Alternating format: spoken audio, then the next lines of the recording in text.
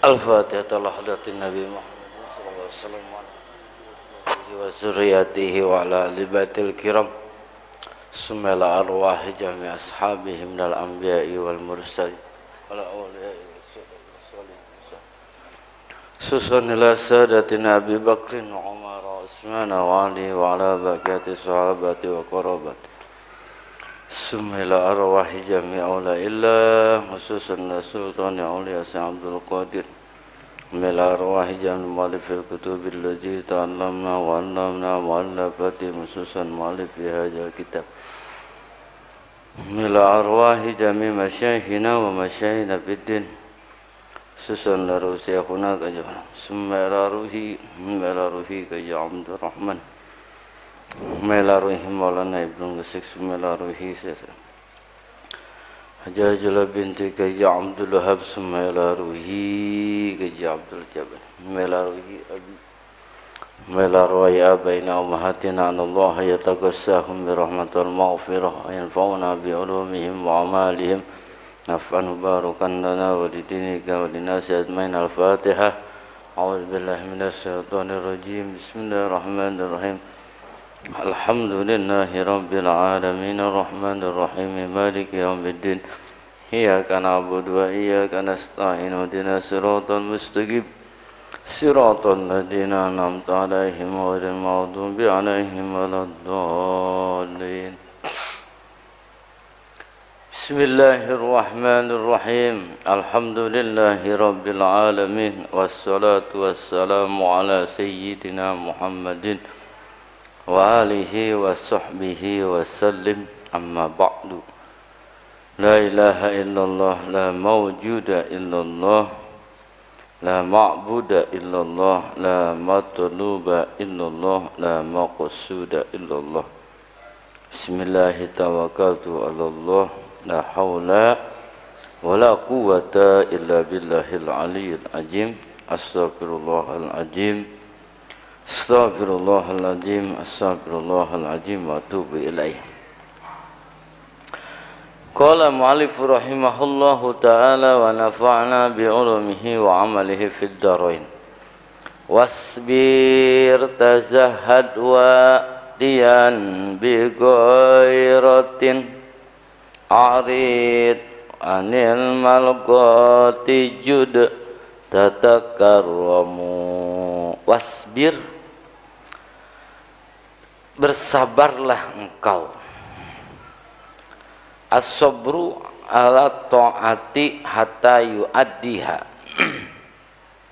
sabar di dalam menjalankan taat sehingga kita bisa melaksanakan taat wa 'alal musibati dunyawiyati dan sabar terhadap musibah dunia bihaisu la yatasakhattuha dengan bahwa tidak benci kita terhadap musibah wa anil maksiati hatta la yaqa'u fiha dan sabar dari maksiat sehingga tidak melaksanakan kepada kemaksiatan wa ala umurin nas dan sabar terhadap urusan manusia bi alla yukafi'ahum ala ma asahu bahwa tidak mencukupi atau tidak menahan kepada kita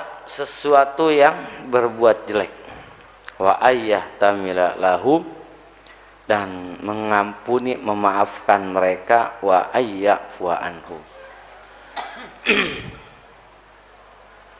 Di antara pesan Sayyidina Luqman sama anaknya di dalam Al-Quran yaitu masalah sabar.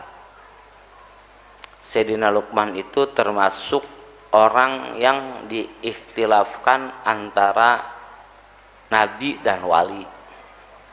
Jadi ada yang diikhtilafkan di dalam kitab Qatrul Ghuais. Sayyidina Luqman diikhtilafkan apakah beliau itu nabi atau wali. Maka ulama mengatakan kaul rojih beliau adalah wali.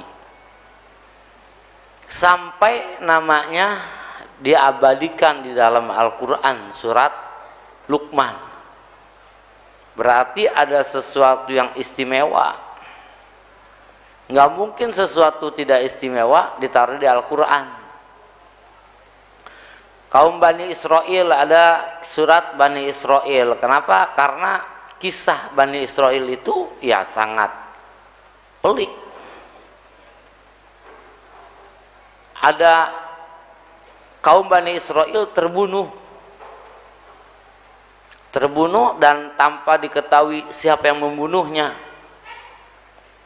Maka datang ke Nabi Musa, dan Bani Israel itu mau minta apa aja diturunin. Kaum yang makanannya diturunin dari surga itu cuma Bani Israel. Kelompok yang makanannya pernah dikirimin dari surga itu cuma Bani Israel, yaitu manna wassalwa.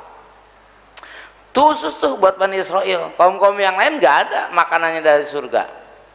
Berarti ada apa di Bani Israel sampai ada di dalam Al-Quran? Sampai satu waktu terbunuhlah kelompok Bani Israel, laporan sama Nabi Musa, maka Allah sampaikan di dalam Al-Quran, fazabahu al-baqarah, sembelihlah sapi, nanti buntutnya digebukin, dipukulin sama yang terbunuh. Nanti yang terbunuh akan menjawab, siapa yang membunuh dia? Gitu. Maka timbul pertanyaan tawar-menawar dalam masalah sapi. Sapinya bagaimana? Sapinya yang tidak pernah dipakai nyiram. Warnanya seperti apa? Tasurun nazirin, membuat senang orang yang melihatnya. Warnanya coklat keemas-emasan. Di mana? Nah, ini jadi permasalahan. Maka di satu sisi ada seorang anak yatim yang ditinggalkan oleh orang tuanya meninggal. Kalau anak yatim itu yang orang tuanya, bapaknya meninggal. Kalau bapaknya nggak jelas ngayabnya, itu bukan anak yatim. Nah, kebanyakan orang sekarang bapaknya nggak jelas kemana gitu. Jadi bapaknya nggak ada, guru, yatim, nggak ada, iya yatim, nggak ada, nggak tahu kemana, ya gitu. Berarti bukan yatim. Tapi udah nggak pernah diongkosin, tetap aja bukan yatim. Udah nggak pernah diurusin udah 5 tahun, tetap bukan yatim. Yatim mah qad mata waliduhu, yang udah mati bapaknya. Kalau bapaknya jadi Bang Toyib, bukan yatim. Jadi bapaknya alap-alap, pergi gelap pulang gelap. Atau bapak Haji Sabu, bapak pergi Isya pulang subuh. Nah, akhirnya nggak ada warisan kecuali kata emaknya. Begitu emaknya si anak udah gede, kata emaknya begini, nah, bapak kamu itu meninggalkan sapi. Kata si anak, di mana bu? Sapinya adanya di hutan. Sana kamu cari, mungkin sudah besar. Tapi bagaimana saya bisa mendapatkan sapi itu bu? Kata si ibunya nih, sapi itu akan nyamperin pemiliknya tanpa dipanggil, tanpa diminta, dan si sapi itu paham siapa pemiliknya. Hebatnya sapi itu. Makanya ditulis Al-Baqarah, surat sapi. Berarti ada nilai plus. Dicarilah sama si anaknya ke hutan. Dicari sama si anak ke hutan, tiba-tiba nyamperin sapi. Nyamperin sapi. Dibawa pulang sama si anak. Kata si ibu, sana jual buat kebutuhan kamu. Berapa? Kalau sekarang mah 20 juta. Kalau sekarang mah. Dibawa tuh sapi, dituntun. Begitu tengah jalan ditanya sama anak laki, kamu mau kemana? Mau jual ke pasar. Mau ngapain? Jual sapi. Berapa kamu jual? 20 juta. Kata si anak. Kata si laki itu, bagaimana kalau saya beli 30 juta? Di sono doang adanya begitu. Iya, nawar 20 juta, tapi nawar lagi 30 juta. Kalau kita kan parah kalau nawar. Kalau di sapi 20 juta, 10 juta dapat bank. Wah, parah kalau kita mah. Kalau di sana enggak naik nawar. Dan anaknya bilang apa? Kalau kita yang kayak begitu gimana? Boleh. Kasih emaknya 20 juta, tilep 10 juta, adem aja. Anak sekarang. Tapi si anak bilang apa? Maaf Pak, ibu saya nyuruhnya 20 juta. Kalau 30 juta saya nggak tahu. Saya harus tanya ibu saya dulu. Nanti ibu saya mengizinkan atau tidak. Ya udah, kamu bilang ibu kamu 30 juta dijual enggak? Balik lagi si anak, bilang sama emaknya, mak, sapi emak bilang 20 juta ya, tapi di jalanan ada yang nawar 30 juta, jual jangan mak. Ya udah, jual sana. Dibawa lagi sapi. Baru sampai tengah jalan ketemu lagi sama anak laki yang lain. Mau kemana? Mau ke pasar. Mau ngapain? Jual sapi. Berapa? 30 juta. Tadi udah ditawar. Udah saya tawar kamu, sapi kamu 40 juta. Naik lagi. Kalau kita mah ya udah jadi terus, dari tadi udah jadi kita mah. Kita mah dari tadi juga udah jadi itu. Kita mah dari tadi juga udah jadi. Oh enggak, kata si anak ini, sapi saya udah ditawar orang 30 juta dan orangnya sudah nunggu di depan. Jalan lagi. Ceritalah ketemu sama si orang yang nawar 30 juta tadi. Pak, tadi saya mau kemari, jujur di sana. Saya mau kemarin bawa sapi, Bapak nawar 30 juta, tapi tadi anak laki yang tadi nawar lagi 40 juta. Saya gimana nih Pak? Kalau di sana nawar 40 juta, kata si anak laki, saya bayar sapi kamu 50 juta. Puyeng lagi aja no. Kalau kita mah gak ada puyengnya. Balik lagi ke emaknya. Kata si anak saya bilang ibu saya dulu ya. Ya udah, bilang sana. Bilang sama ibu, ibu yang kemarin nawarnya 30 juta naik 50 juta. Karena ada laki-laki lain yang nawar 40 juta. Gimana bu? Kata si ibunya begini, udah tong lu tanya aja tuh sama orang itu, ini sapi jual jangan gitu. Udah puyeng gua. Tawar 20 juta naik 30 juta, 30 juta naik 40 juta. Udah tanya tuh sama anak laki, ini sapi jual jangan. Kayaknya bukan orang sembarangan mah itu. Maksudnya masa nawar 30 juta kita mau jual 20 juta aja 30 juta, bukan orang sembarangan tuh tong. Lu tanya aja nama jeda, ini sapi jual jangan. Jalan lagi bawa sapi, ketemu sama orang tadi. Pak, kata emas saya nanya apa Pak, ini sapi jual jangan. Iya udah puyeng emas saya juga. Pokoknya kata emas saya, sapi jual apa jangan? Kata si anak laki, jangan. Nanti satu waktu akan datang satu kelompok yang akan mencari sapi seperti kamu dan harganya sepenuh emas. Emas itu dibayar dengan emas sepenuh kulit sapi. Jadi kalau sapinya dikelet, disambung, dijahit lagi tuh kulitnya, terus diisiin emas. Nah emasnya itu akan dibayar dengan emas sepenuh kulit sapi. Bapak siapa? Saya Jibril dan sahabatku adalah Mikail. Oh, taruh lagi sapi. Nah itu maka terjadilah itu sapi yang dibeli sama Bani Israel yang menjadi kisah di dalam Al-Quran, surat Bani Israel dan surat Al-Baqarah. Jelas sesuatu itu artinya ketika kita ingin istimewa, kita harus bisa berbeda dengan yang lain. Kenapa Sayyidina Abu Bakar namanya itu sampai terukir di dalam Al-Quran? Sampai Sayyidina Abu Bakar di dalam Al-Quran dikatakan oleh Allah, izqala li sahibihi fil ghor la takhaf wa la tahzan. Pada waktu Rasul berkata kepada sahabatnya di dalam goa, la takhaf wa la tahzan. Ada apa dengan Sayyidina Abu Bakar? Punya istimewa. Istimewanya sahabat itu mengorbankan dirinya untuk Rasul.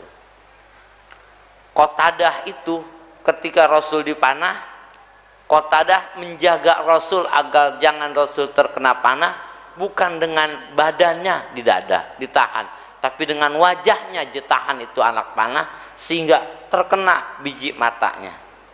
Nahan panah pakai muka. Saking nggak Rasul jangan sampai kena, ditahan dengan wajahnya, jatuh biji mata, jatuh, dibawa sama Qatadah ke Rasul. Ya Rasul, biji mata saya bagaimana ini? Biji mata saya bagaimana nih Rasul? Kata Nabi, kalau kau sabar, kau akan masuk ke dalam surga.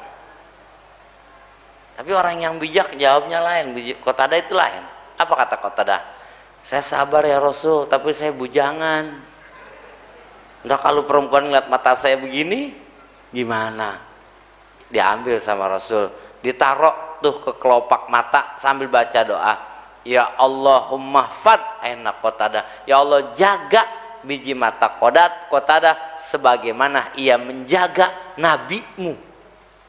Jaga biji mata Qatadah sebagaimana ia menjaga nabimu. Udah tuh mata nggak pernah sakit mata, tembusannya jauh. Itu bayar langsung kontan. Sayyidina Abu Bakar dalam kisah dikatakan, kenapa Sayyidina Abu Bakar apa nangis doa cengeng amat? Oh, bukan masalah cengeng. Itu Gua Sur itu kecil. Dan nggak mungkin keduanya itu berdiri. Jadi harus duduk, dan satu nggak bisa duduk dua-duanya, yang satu harus berbaring karena Gua Surnya itu kecil. Hanya Sayyidina Abu Bakar duduk, Rasul tidur di pas Sayyidina Abu Bakar. Nggak lama ada ular pengen ngeliat wajah Rasul, tapi terhalang oleh paha Sayyidina Abu Bakar. Digigitlah paha Sayyidina Abu Bakar. Saking Rasul Abu Bakar, saking supaya Rasul enggak bangun, Sayyidina Abu Bakar tahan gerakan. Sebab kalau gerak pasti Rasul bangun.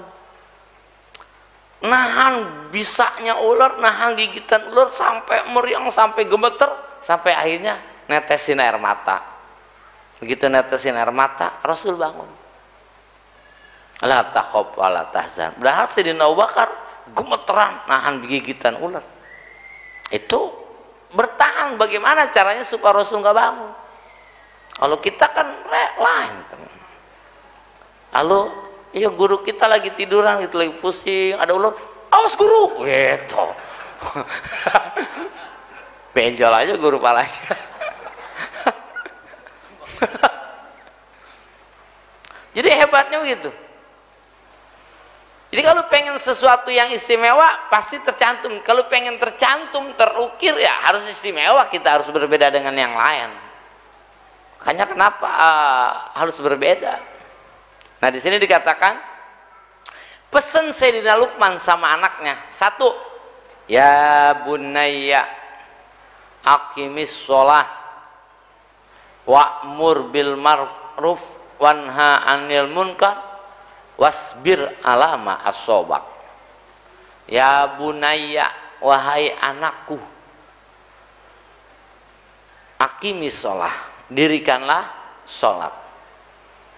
Wa'mur bil ma'ruf, perintahkanlah kebaikan.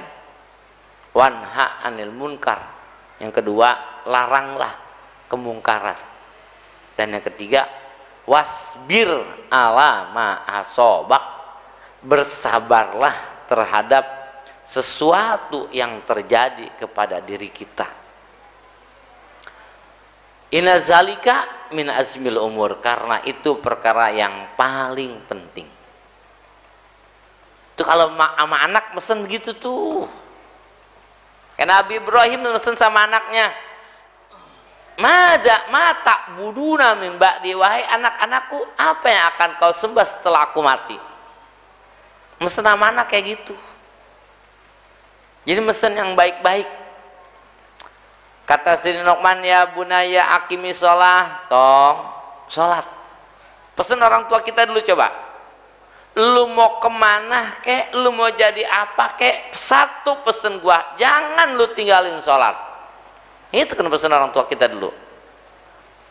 Mau jadi apa, mau di mana, terserah. Yang penting satu, jangan tinggalkan sholat. As-sholatu imaduddin wa fiha asru khisalin. Sholat itu tiang agama, dan di dalam sholat ada 10 keistimewaan. Yang pertama, rohatul badan, kesehatan buat badan orang sholat itu. Pagi kalau sholat duhanya sampai 8 rakaat, sehat dia pagi-pagi, udah gerah. Rohatul badan, sehat. Yang keduanya, nurul fil qabri, cahaya di dalam kuburan. Yang disuruh adalah aqimus sholah, mendirikan sholat. Ada mendirikan sholat, ada mengerjakan sholat. Bedanya, kalau mengerjakan sholat mah badannya sholat, hatinya di pasar, badannya sujud, hatinya di rumah, badannya ruku, hatinya di tempat kondangan. Itu namanya mengerjakan sholat. Jadi sholat dia kerjain. Kalau mendirikan sholat badannya sujud, hati ngikut sujud. Badannya ruku, hati ngikut ruku. Badannya i'tidal, hati ngikut i'tidal. Itu namanya mendirikan sholat. Yang keduanya, wa'mur bil ma'ruf wanha 'anil munkar, dan pesan Sayyidina Luqman, wasbir ala ma asobak, bersabarlah terhadap apa yang terjadi. Bersabar. Isbiru wasobiru warobitu. Bersabar Nabi Ibrahim, bersabar. Ketika punya anak, udah lama nggak punya anak, begitu anak udah gede harus disembelih, bersabar. Siti Hajar udah punya anak, udah lama nggak punya anak, begitu punya anak harus disembelih, bersabar. Sabar itu 3. 1, as-sabru ala ta'ati, sabar melaksanakan taat. Upahnya, balasannya 600. Kalau sabar ngaji, kalau nggak sabar nggak pergi ngaji. Apalagi cuaca lagi begini, ya, aduh, ngaji enggak, ngitung kancing dah tuh. Ngaji enggak, kalau gua ngaji entar nggak ada orang, enggak. Nah, yang di sana juga sama, ada orang nggak ya, kayaknya nggak ada orang, nggak ngaji semua akhirnya. Beda ngaji sama kata ulama, alimallahu qillatan nuhud ila muamalati. Allah itu tahu kalau kita itu kurang, manusia itu kurang semangat dengan urusan ibadah mah. Allah tahu. Karena kurang semangat, maka Allah wajibin sholat biar kita semangat melaksanakan sholat. Karena supaya kita mau ibadah, diwajibin puasa Ramadan supaya kita punya pahala puasa. Beda sama urusan dunia. Kalau urusan dunia mah jangankan gerimis, hujan gede banget hujan, ya pakai mantel. Kalau urusan dunia mah. Tapi kalau mau ngaji, jangankan gerimis, mendung aja mendung, keluar rumah nadang.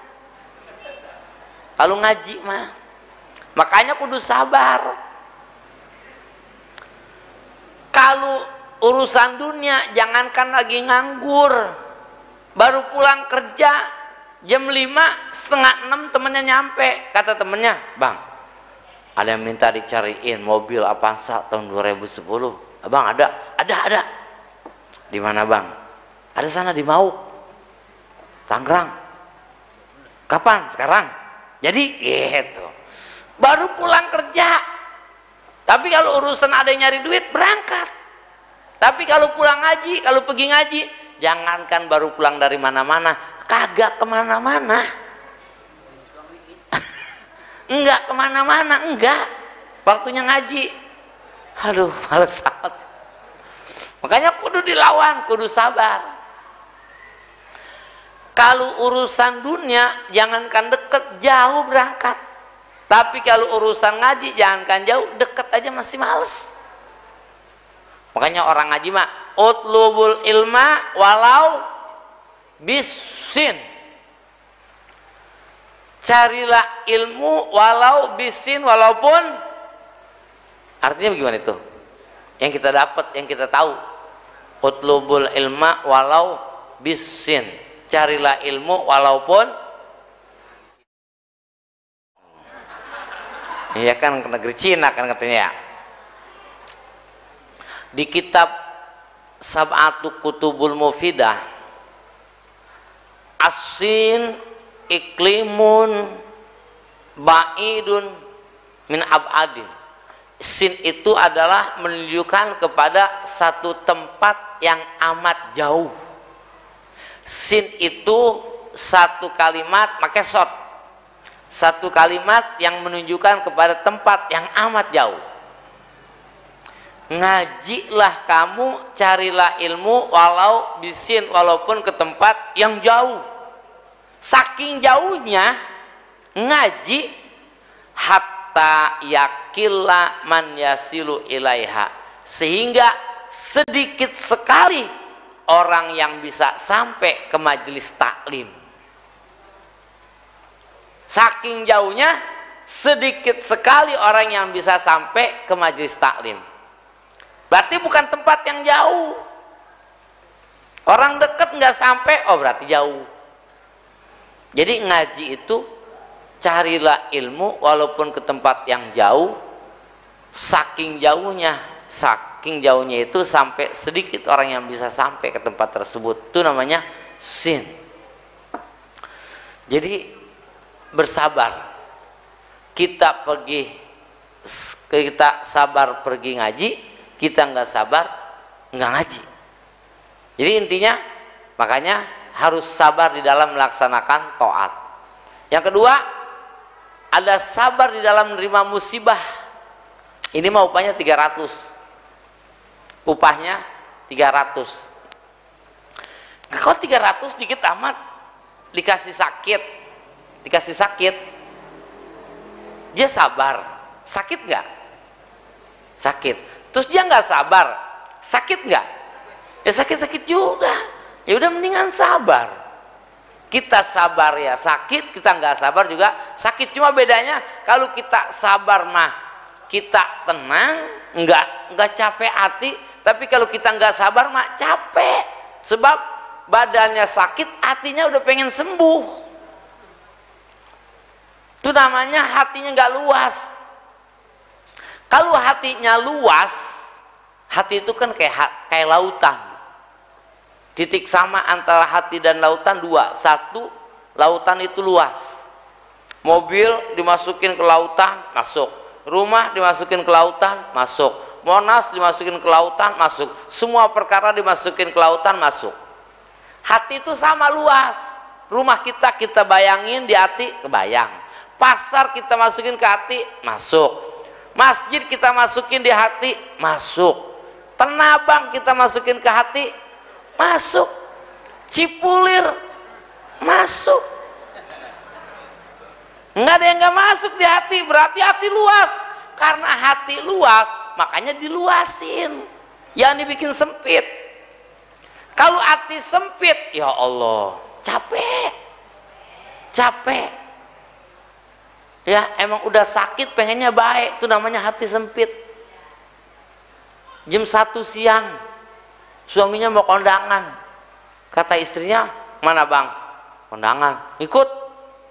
Gak usah, panas banget. Enggak, ngikut. Terserah. Emang bininya kurang putih. Iya, kalau kita bilang hitam kan kebangetan kasar. Kurang putih. Emang bininya kurang putih, begitu keluar pakai baju merah marun. Kata lakinya dalam hati, buset, keondel-ondel. Sedang panas-panasnya jam 1 siang, kondangan, baru dapat 100 meter, 200 meter, bocor banyak, ngepot. Nih hati sempit nih, capek.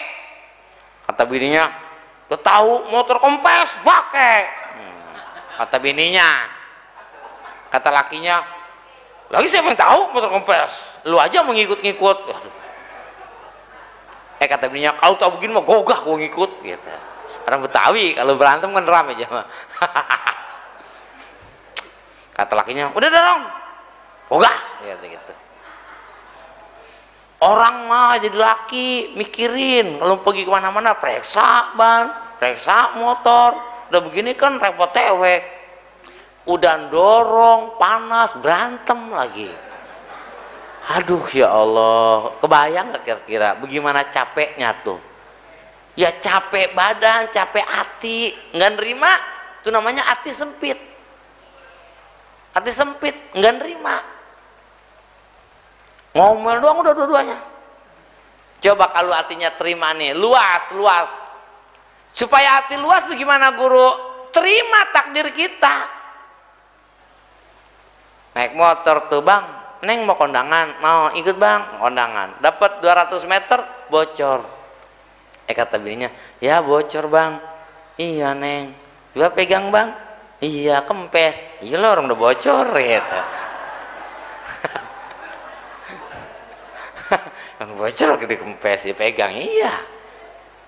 Nih bang, Neng bantuin dorong. Gak usah, maafin bang ya. Gak apa-apa. Nah, siapa yang tahu, maafin ya Neng ya. Jadi dorong nih. Gak apa-apa bang. Ih, nerima, lakinya nerima, bininya nerima. Ngobrol tuh akhirnya. Capek ya bang ya? Enggak. Kata bininya, bang, apa Neng? Tukang tambelnya kelewatan gitu. Tukang tambal apa kelewatan itu? Saking enaknya ngobrol. Mana Neng? Ya Allah, iya balik lagi. Enggak ada capek, enggak ada lelah, enak. Itu namanya hati gede. Bagaimana cara hati biar luas? Terima takdir. Kalau nggak diterima ya diterima bocor, nggak diterima ya bocor.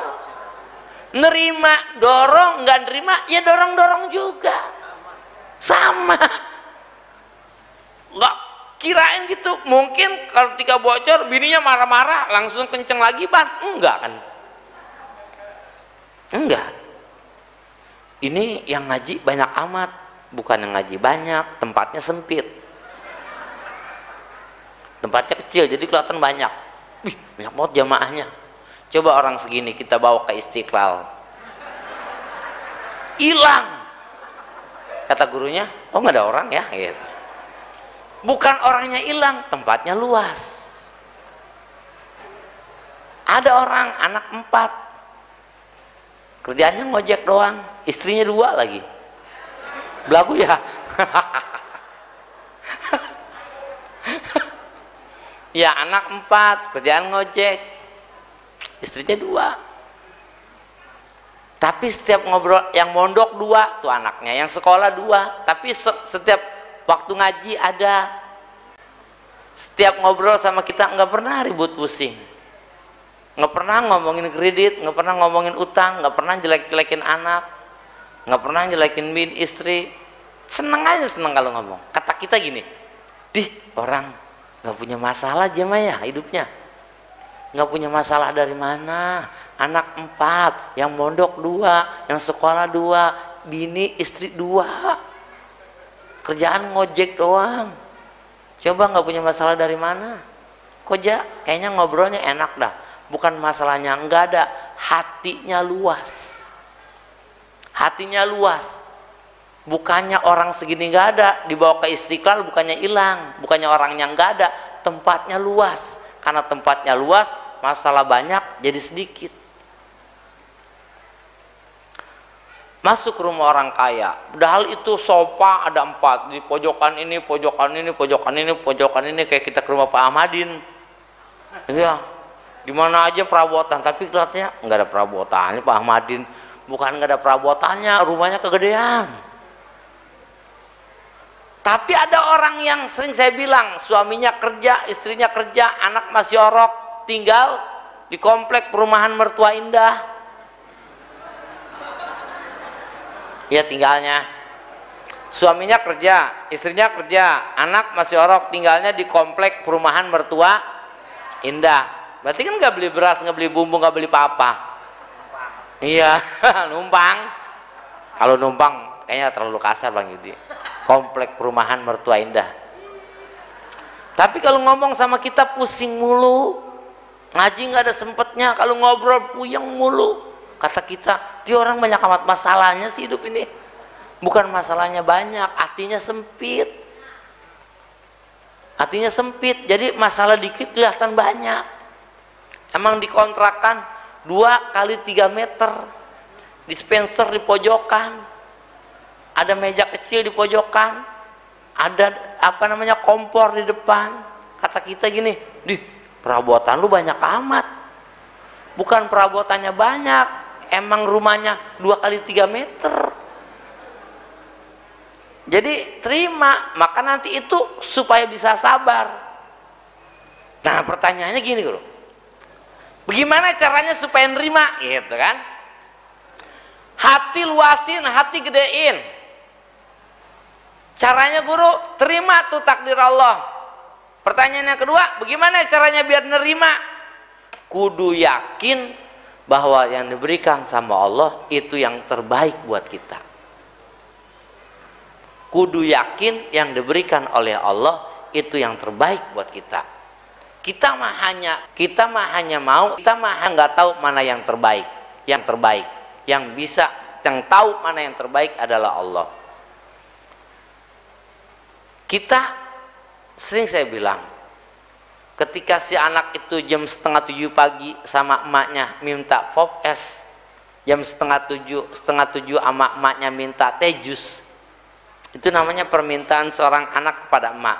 Permintaan si hamba sama si emaknya pergi ke warung karena ada permintaan, tapi pulang dari warung bukan teh jus yang dibawa, tapi yang dibawa nasi uduk sama lontong.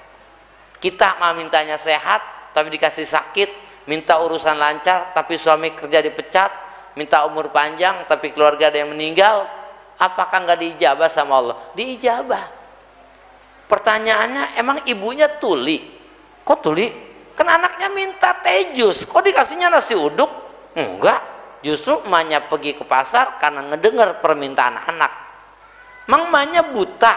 Enggak, justru emaknya bisa pergi ke warung karena emaknya lihat. Emaknya nggak punya duit? Ada, justru bisa beli nasi uduk karena emaknya punya uang.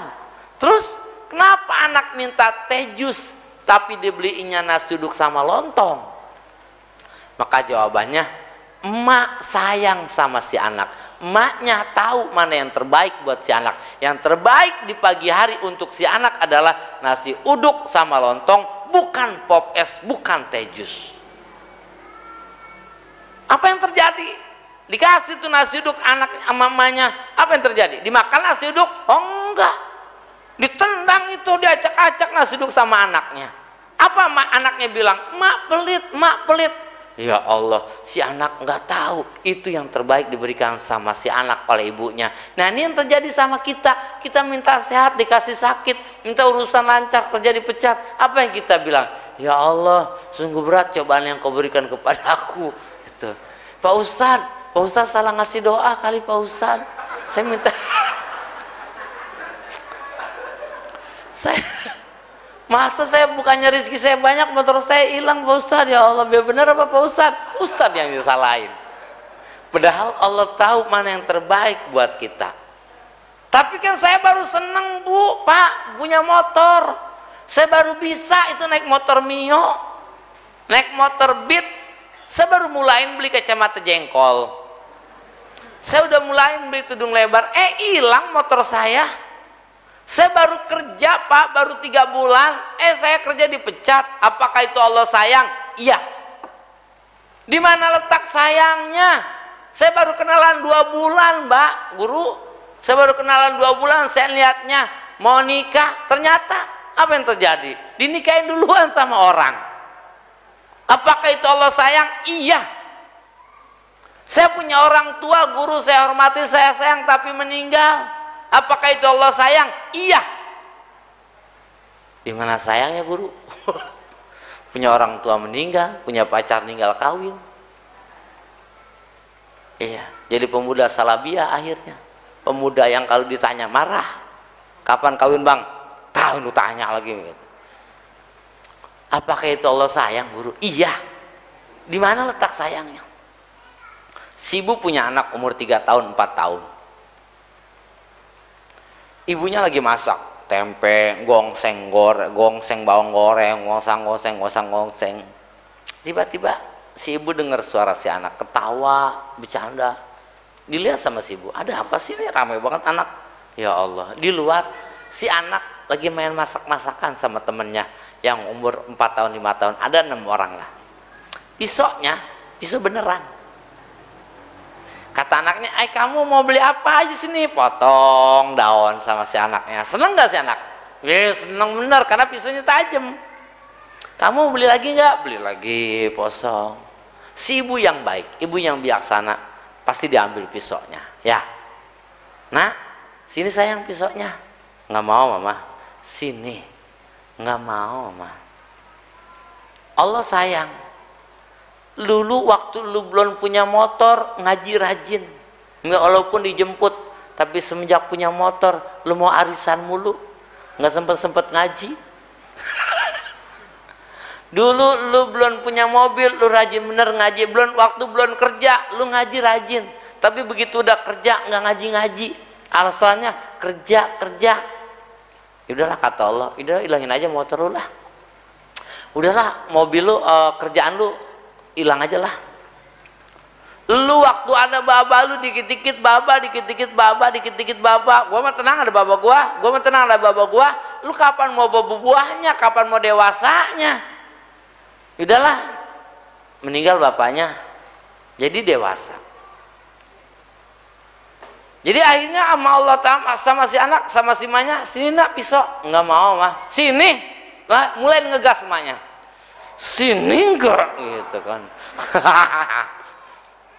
Sini nggak mau, dipaksa tetap sama emaknya. Si emak ngambil pisau secara paksa, bukan si emak benci sama si anak, bukan si emak tidak suka sama si anak, justru karena si emak sayang sama si anak, justru karena si emak perhatian sama si anak, maka pisaunya diambil walaupun harus dipaksa. Bukan Allah tidak sayang bikin kerjaan kita hilang, bukan Allah tidak sayang bikin orang tua kita tidak ada. Itu mungkin dan mudah-mudahan itu karena yang terbaik dari Allah, dan itu karena Allah sayang sama kita. Al-Fatihah. A'udzubillahi minasyaitonirrajim. Bismillahirrahmanirrahim. Alhamdulillahi rabbil alamin arrahmanir rahim maliki yaumiddin.